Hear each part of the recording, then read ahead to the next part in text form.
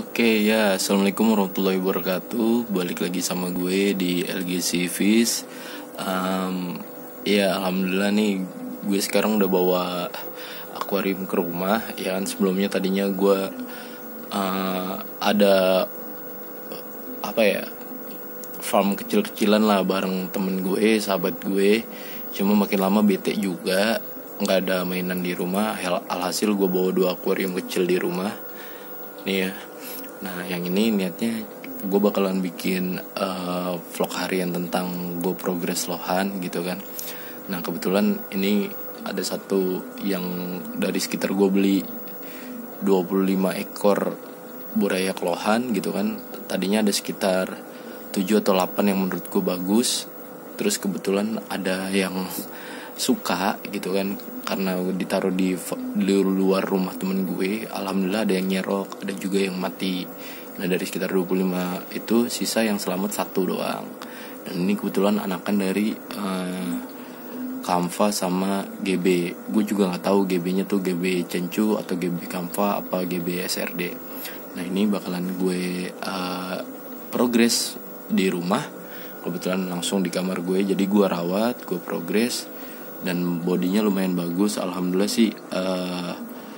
Crosshead ya, mutiara sih crosshead, tapi dari jenis mutiaranya kayaknya dia sih beneran Kamfa. Terus udah umur segini masih belum ada tanda-tanda bakal mutasi, kayaknya sih nggak mutasi, jadinya Kamfa biasa. Tapi kalau ada kesalahan, misalkan menurut lo ini bukan Kamfa, bisa lo kasih tahu gue di kolom komentar, karena sesungguhnya gue juga masih pemula gitu ya, masih nggak progres. Ini pakai ukuran sekitar tank 35 kali 50 cm. Ini pakai biofoam yang gue tunjukin, gue bikin ya kan. Terus belakangnya pakai karton biru gitu. Pakai bahan-bahan ala kadarnya yang bisa lu dapetin murah meriah, bisa lu atur gitu kan. Untuk pelet-peletnya gue bikin racik sendiri pelet.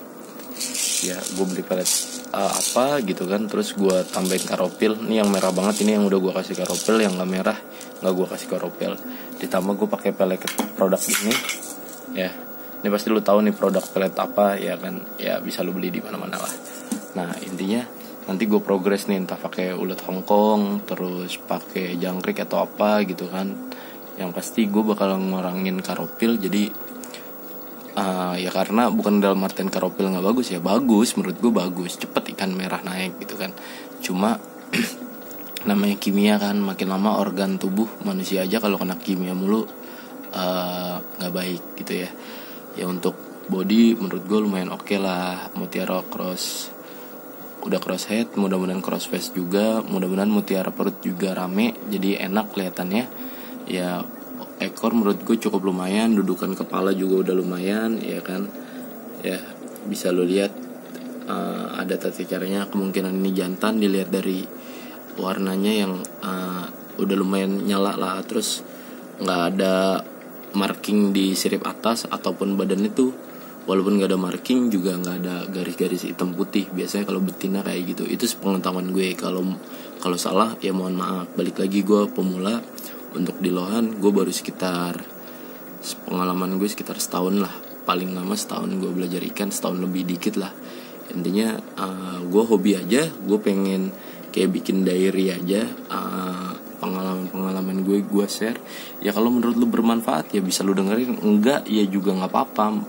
Menurut gue nggak banyak orang yang jauh lebih ahli dari gue. Intinya gue cuma mau banyak belajar.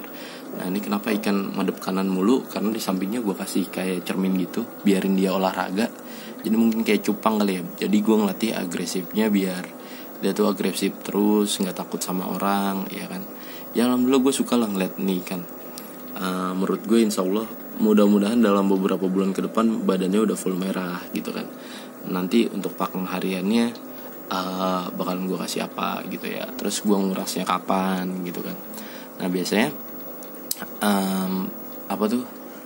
pakan-pakannya gue nggak untuk merah nggak terlalu ngandelin pelet gitu kan. Gue mau cari zat-zat yang bisa menghasilkan zat merah dari bahan-bahan alami kayak wortel gitu yang ada beta karoten. Jadi gue bakal lupa nama metodenya apa. Jadi gue kasih ke ulet atau ke jangkrik suatu pakan alami yang mengandung zat merah. Nanti kalau udah dimakan zat merahnya baru gue kasih ke lohan ini. Kayaknya sih dalam waktu dekat gue kasihnya tuh, kalau nggak ulet Hongkong, cacing deh. Cacingnya juga cacing segar hidup, ya kan. Ya mudah-mudahan gue ada rezeki buat ngisi tank yang sebelahnya. Jadi gue tahu nih bedanya. Apa keunggulan kalau tanknya dalam, apa keunggulan bedanya kalau tanknya lebar kayak gini tapi nggak dalam. Yang ini belum gue bikin biofoamnya, nanti gue bakalan bikin biofoam yang satu lagi buat di sini, ya kan. Ya mudah-mudahan sih tetap apa ya, tetap nikmat, tetap sama-sama enak lah ya. Pokoknya kira-kira gitu. Gue ngasih makannya nggak banyak tapi sering, mungkin sehari 5 kali 6 kali gitu kan, dalam durasi beberapa jam gitu kan. Misalkan sehari gue aktivitas mungkin tidurnya gue 8 jam lah, oke 16 jam. Nah mungkin selama gue bangun itu gue bagi-bagi tuh, misalkan 16 jam dibagi 5, jadi setiap berapa jam sekali, mungkin setiap 3 jam sekali. Itu kalau lagi di weekend kayak gini. Kalau di hari kerja ya paling gue minta bantuan nyokap atau adik gue untuk ngasih makan. Ya ngasih makannya nggak banyak, mungkin sebutir, 2 butir, 3 butir pelet tuh kalau pelet. Kalau ulet Hongkong ya mungkin 1 ulet Hongkong, 2 gitu kan. Tapi tersusun gitu ya. Jadi kenapa kayak gitu, biar perutnya tuh nggak bleber ke bawah gitu loh.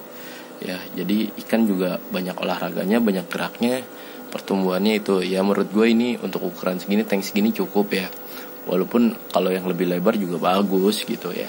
Kenapa enggak gitu. Ya ini gue pakai biofoam bikin sendiri, alasnya keramik, terus ada pipa, gue masukin. Nah ini kayak gini. Ya menurut gue sih cukup gitu aja. Nanti gue update kabar setiap harinya per partnya, ya kan. Nanti bisa lu lihat nih. Ini ikan sesungguhnya baru datang hari pertama. Kemarin sih hari pertama. Ini hari kedua di rumah gue. Alhamdulillah menurut gue sih udah nyaman dia.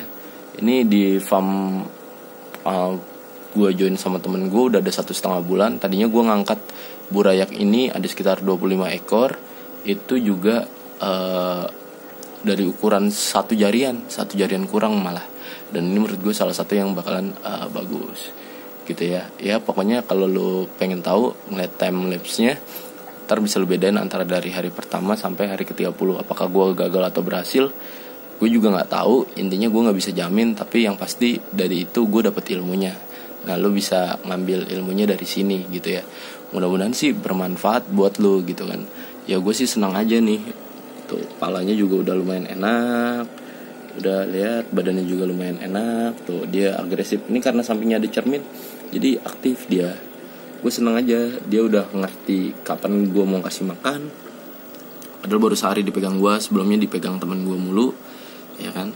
Dan sekarang udah apa ya, menurut gue lumayan proporsional lah. Gue suka lah.